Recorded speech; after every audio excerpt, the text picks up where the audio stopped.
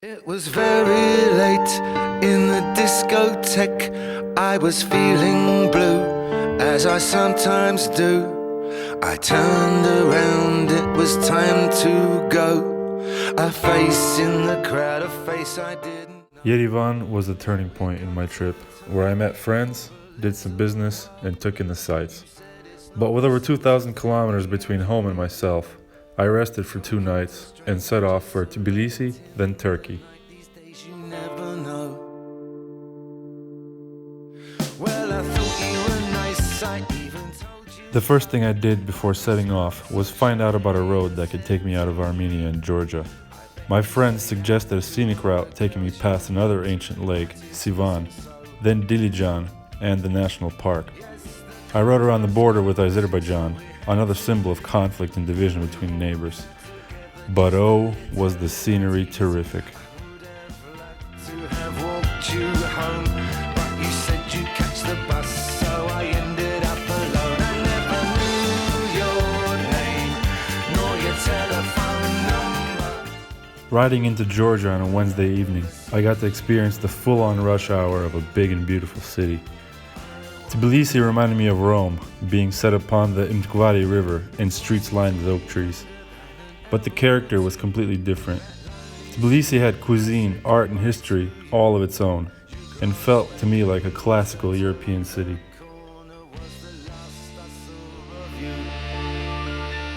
Oh, I wanted to call out your name, but stupid pride. The Black Sea met me with a strong wind and heavy rain as I approached Batumi, but I was happy to be back in Turkey. It wasn't simply the quality of the roads and infrastructure, or the kind people and good food. Turkey was something completely different from Europe. It was like a completely accessible Middle East, exotic yet civilized.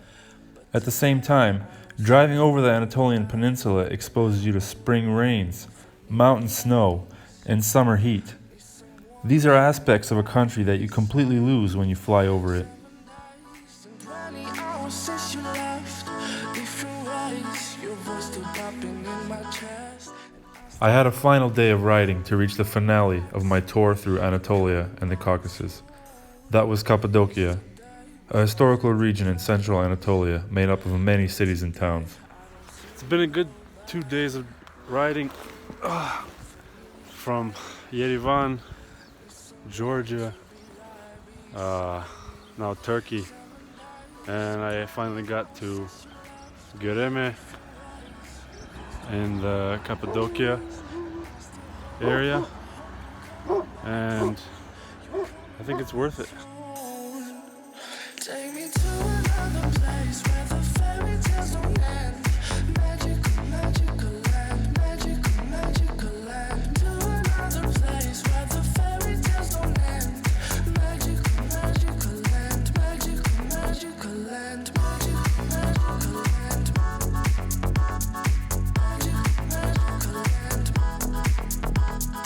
land. Magical, magical land.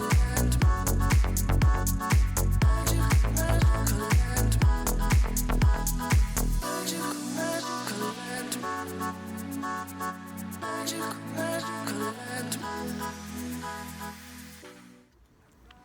Well, I got my first campfire going.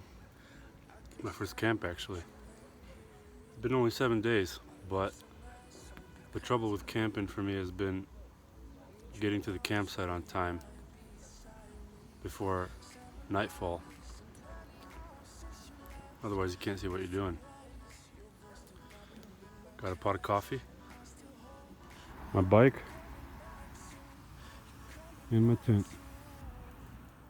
Take me to another place where the fairy It was probably a good thing that I camped so little on this trip, because the nights were freezing on the Anatolian plateau, and I hadn't brought a mattress to lay on. Nevertheless, I was curious to see what this Cappadocia was all about.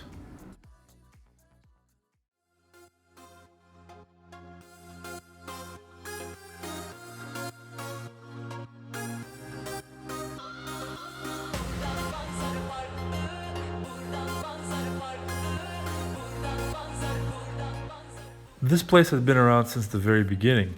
Millions of years ago, volcanoes deposited ash that later formed a soft rock called tuff. This tuff was then washed away by rivers and blown away by wind, forming the ubiquitous ferry chimneys found in the region. It's not known exactly when the first inhabitants took up residence in the ancient cities of Yerevan and Kaymakli, but they discovered that the soft rock could easily be scraped away and made into caves, and even into entire underground cities.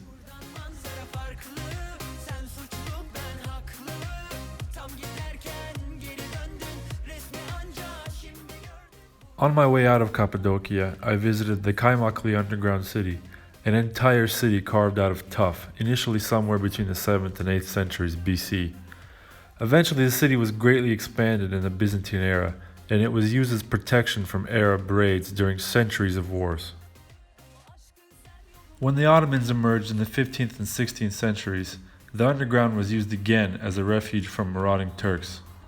This was around the same time the Venetians built the walled cities in Cyprus. Whereas the strategy in Cyprus was to keep invaders out by force, here in Cappadocia, everything was just kept completely out of sight. The inhabitants of Kaymakli needed food, water, air, and a place to sleep. They built all of these amenities into 8 floors of structure, and only about 5% is open to tourists. The first couple of floors contain a stable, churches, and graves of the deceased. The lower levels contain more important areas such as kitchens, wineries, living rooms, and storage cellars. All of this depended on a huge air shaft which led to the surface and kept people breathing.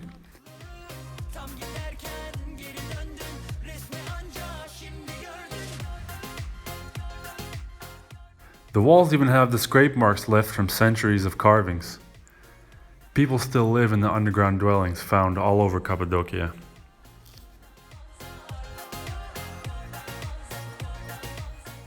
Cyprus was only 500 kilometers away. Most of that would be traversed by road. I reached the port town of Tashuju on a Sunday evening after spending 2 nights in Cappadocia.